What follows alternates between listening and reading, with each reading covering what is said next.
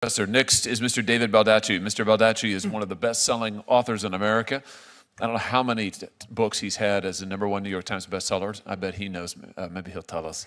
I know I've read his books. I'm delighted to have him here today. He's going to tell us about AI's impact on authors. Welcome, Mr. Baldacci. Thank you. It's a lot. #1 bestselling. I'll leave it at that. Chairman Hawley, Ranking Member Durbin, members of the subcommittee. 119 years ago, Mark Twain traveled to D.C. and appeared before a congressional committee to advocate on behalf of stronger copyright laws. He was the most pirated author of his day. I'm pirated all over the world as well. I get why that upset him. He thought creative arts was the lifeblood of this country, and I agree with him.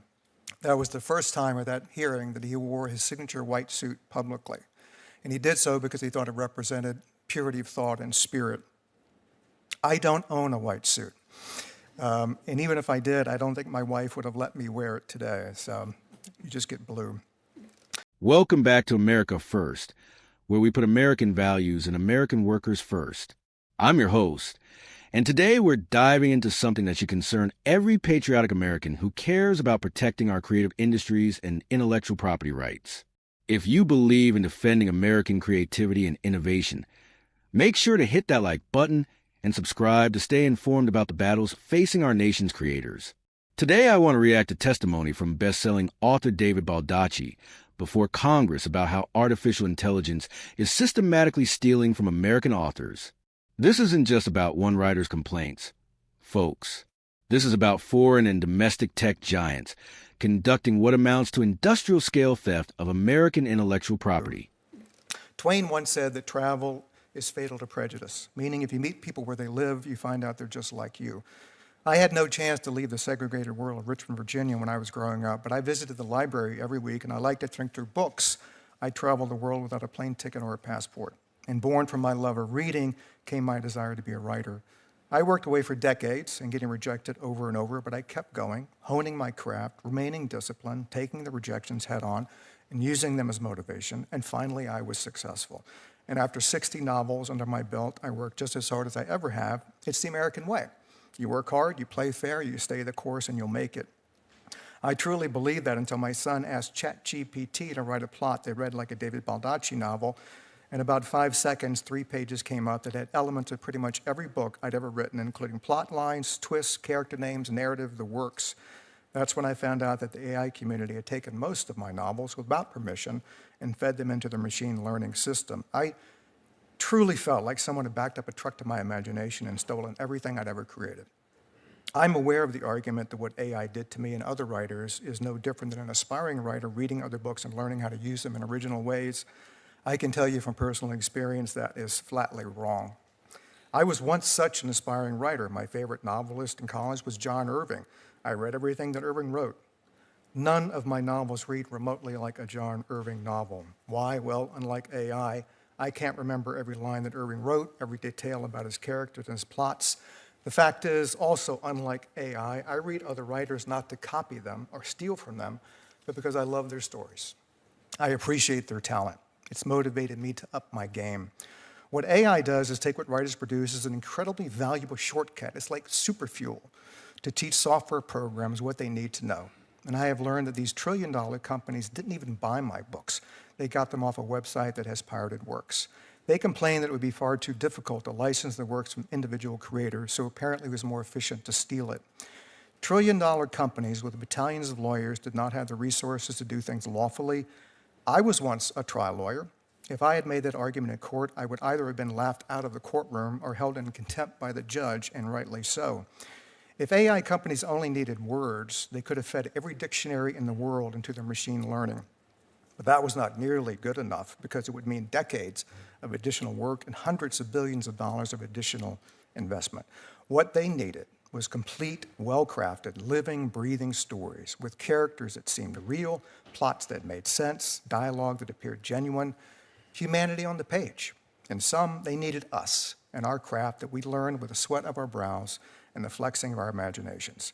And these companies have swooped in, stolen that labor in order to make enormous profits. But we, the writers, the true source of all of this, will receive nothing. AI will allow anyone with no effort at all, to order up a novel written in the vein of an established writer. And that book can be sold saying that it reads just like a David Baldacci novel. Yes, it does read like my novels because it is my novel. It is my imagination.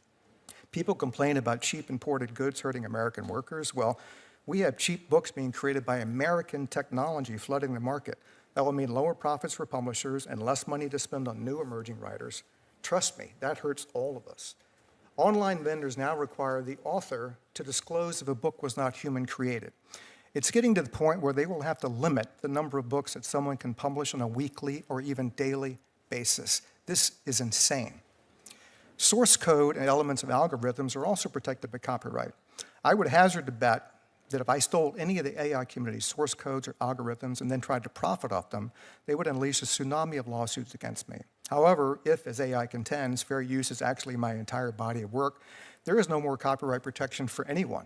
I'm sure AI believes that their IP should be fully protected against interlopers, and I agree with them. Thus, I am deeply disappointed that they don't feel the same about people like me.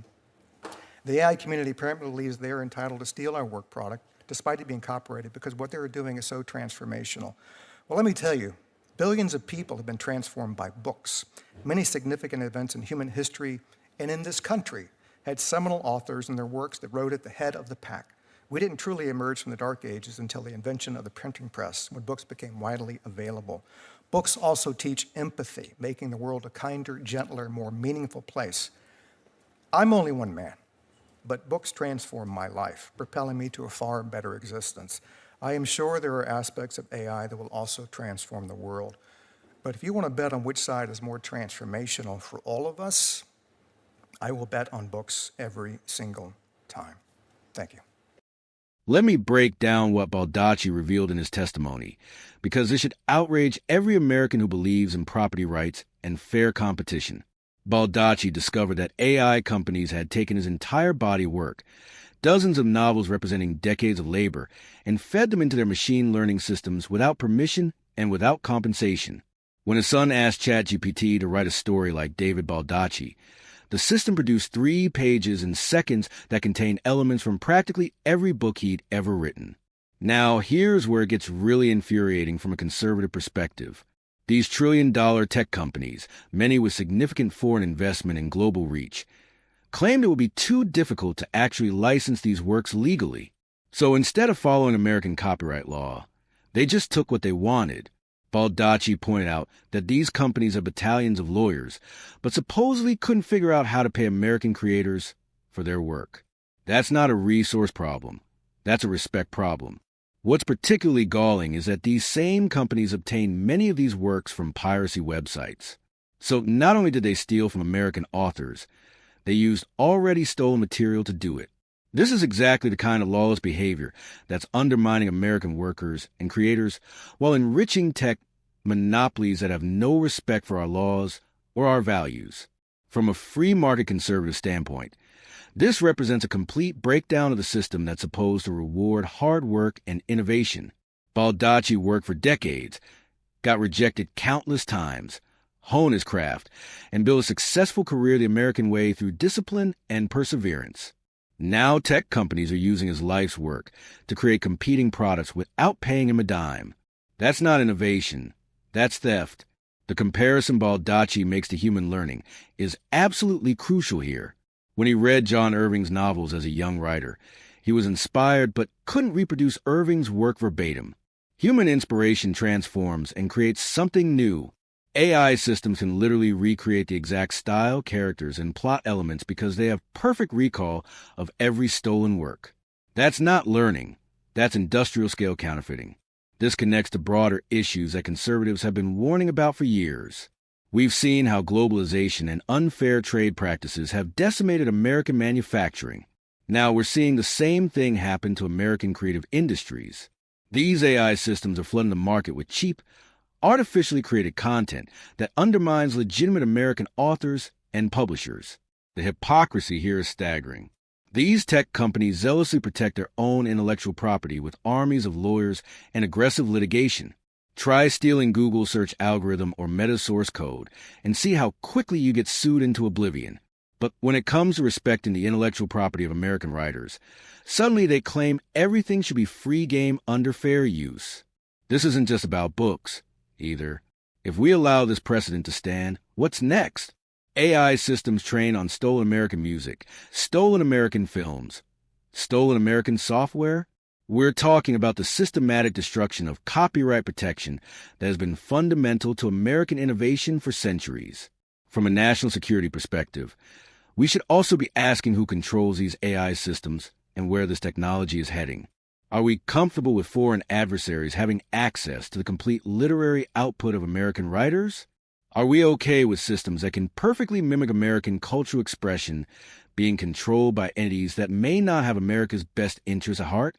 The solution here isn't complicated, but it requires political will.